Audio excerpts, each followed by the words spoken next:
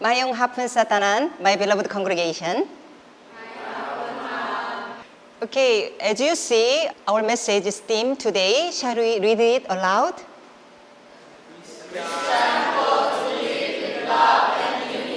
Amen. So our theme for our message today, this afternoon, is the Christian call to live in love and unity. So our text is from Colossians chapter 3, verses 12 through 14. So let us read these verses together. Verse 12, therefore, as God's chosen people, holy and worthy of God, clothe yourselves with compassion, kindness, bear with each other and forgive.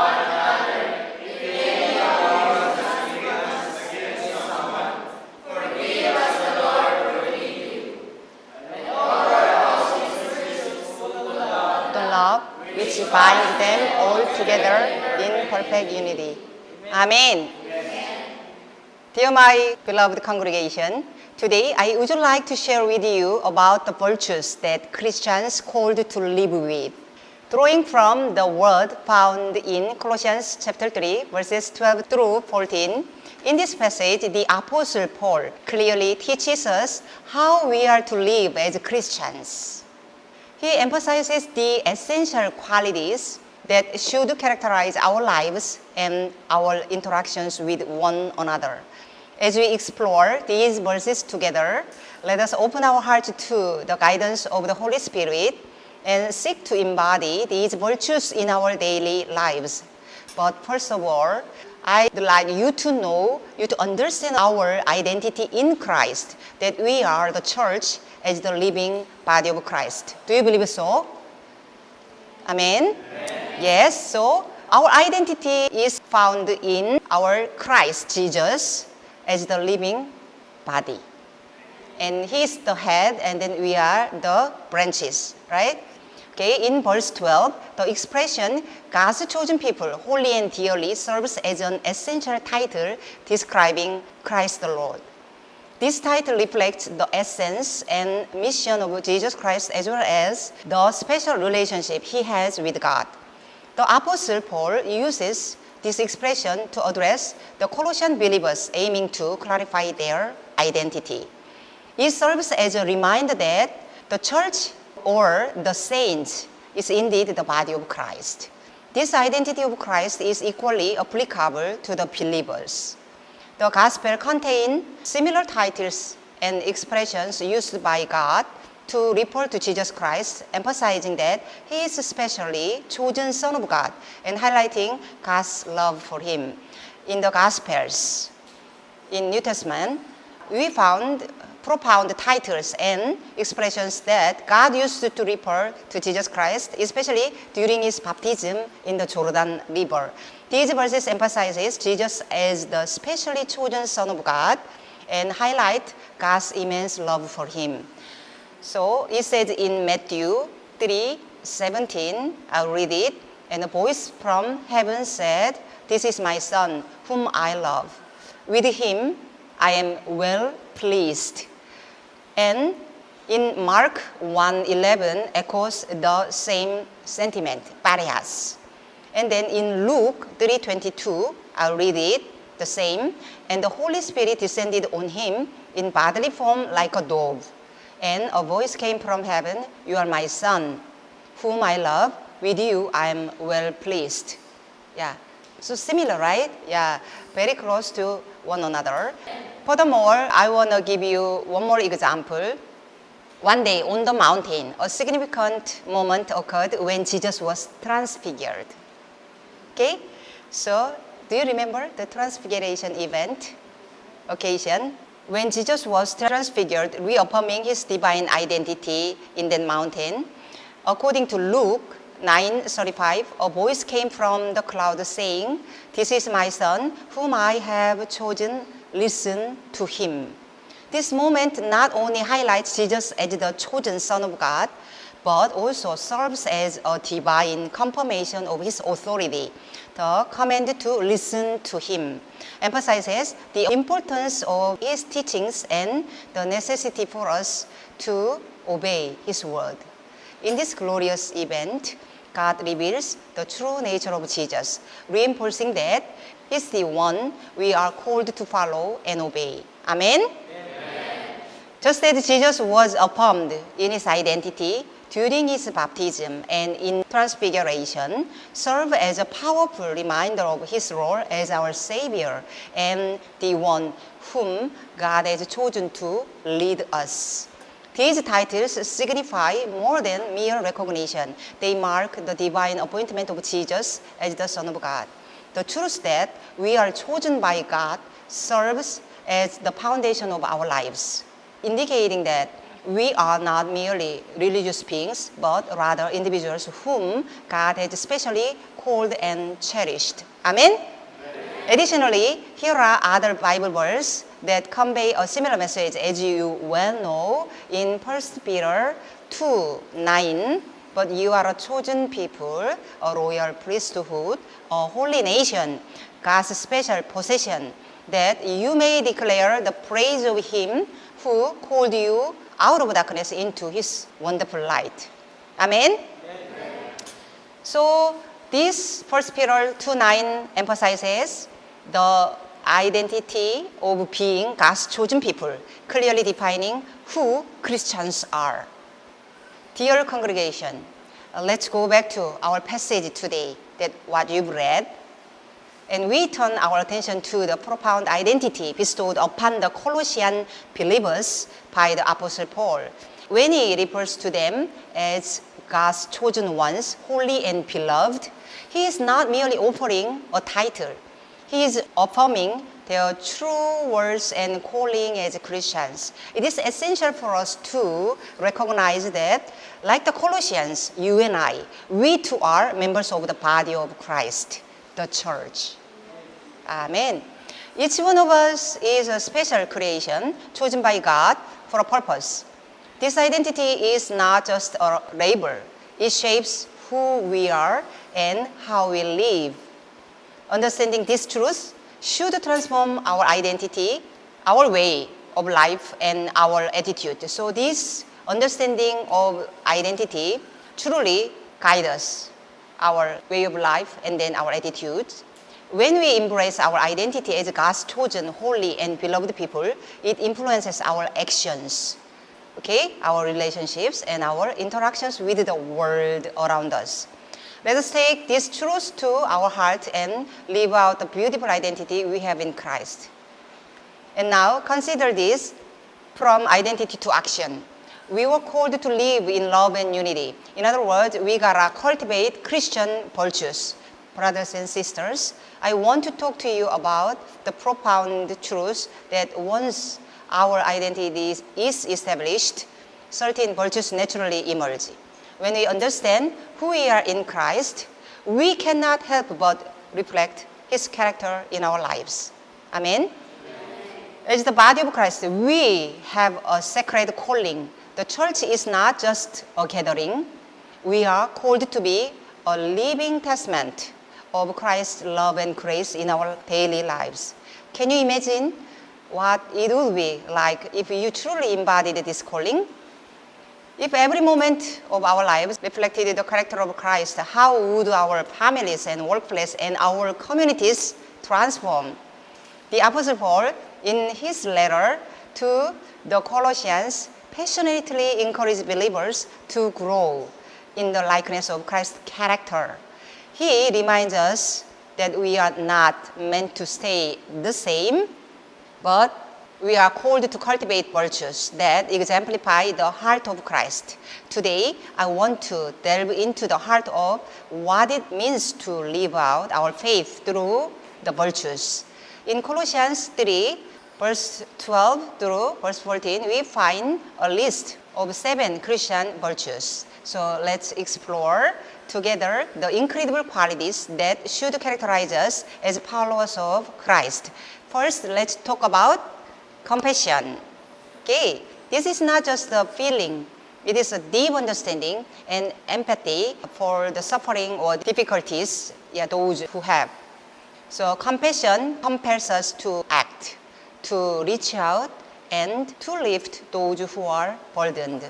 Think about the times when you felt that you wanted to help someone in need. Diba? That is the Spirit of Christ within you, urging you to be His hands and feet. Next, we have kindness. Okay, say kindness. Kindness. This is an attitude of warmth and friendliness towards others. Kindness is a simple yet powerful virtue. In a world that often feels cold and harsh, we have the opportunity to be a source of warmth, a kind word, a warm smile, a helping hand. These small acts can have a ripple effect, a little wave effect, changing lives and spreading the love of Christ. Now, let's consider humility. Say humility. Humility.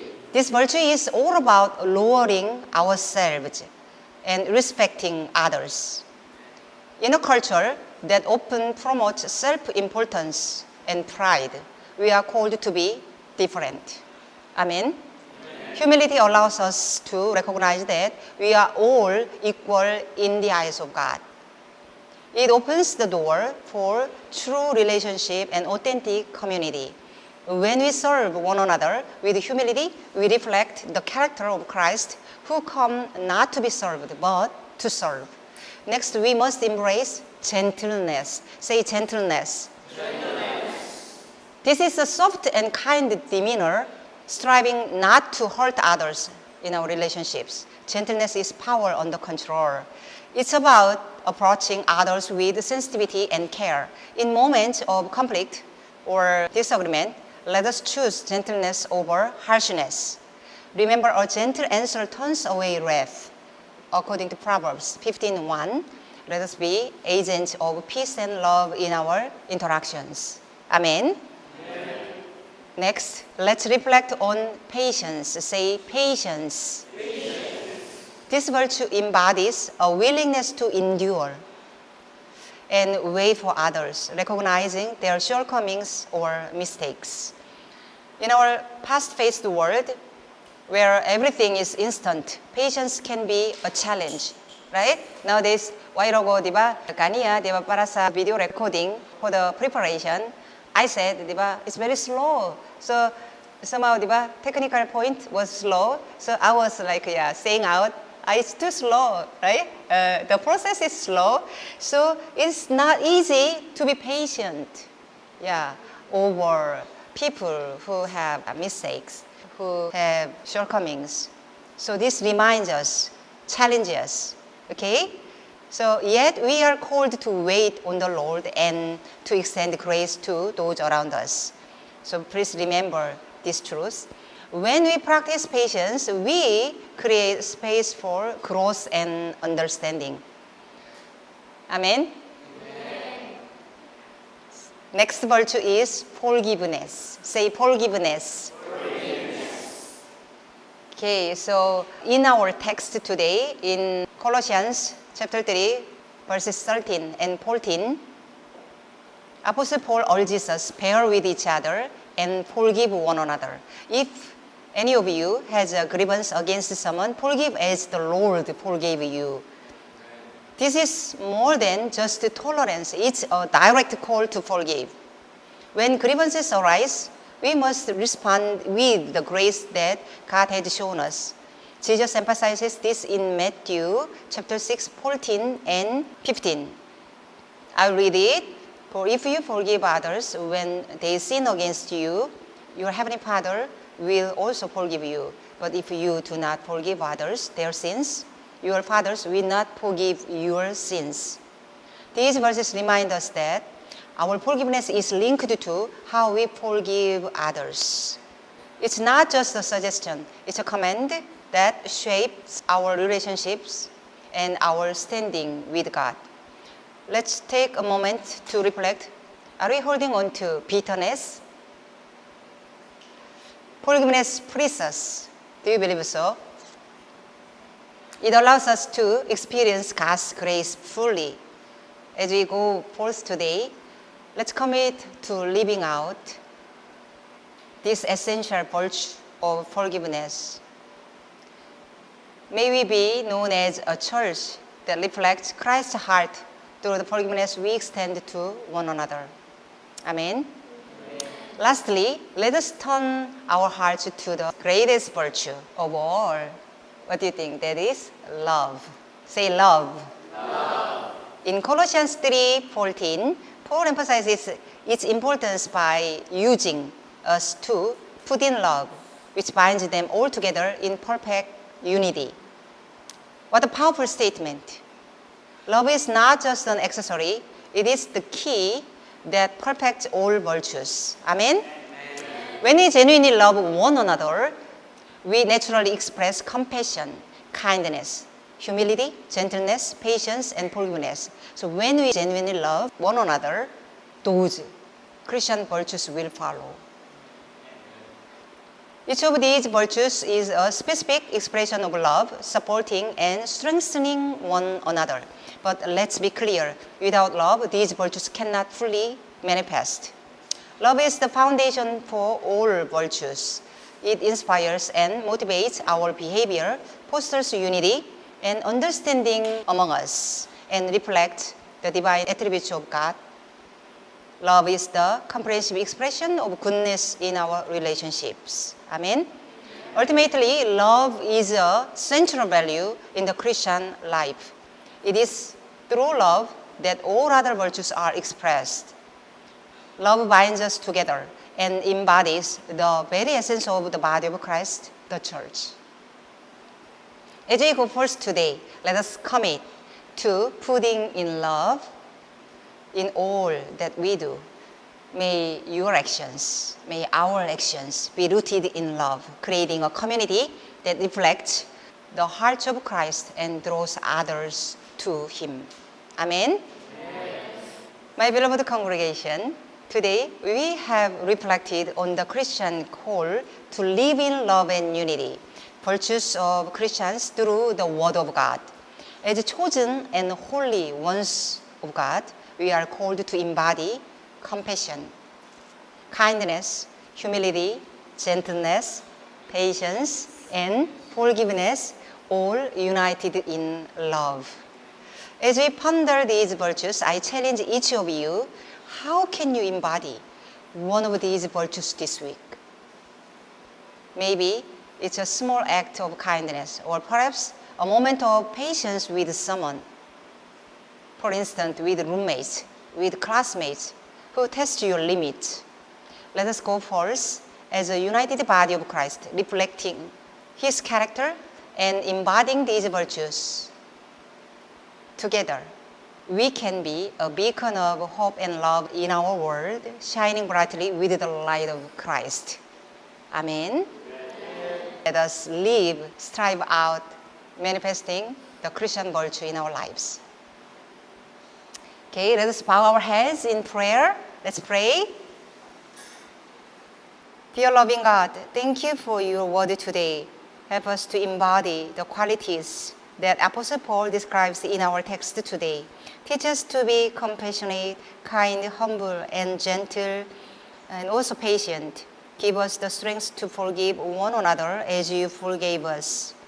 Above all, help us to love genuinely, binding our actions in unity. May our lives reflect your love, drawing others closer to you. In Jesus' name we pray. Amen.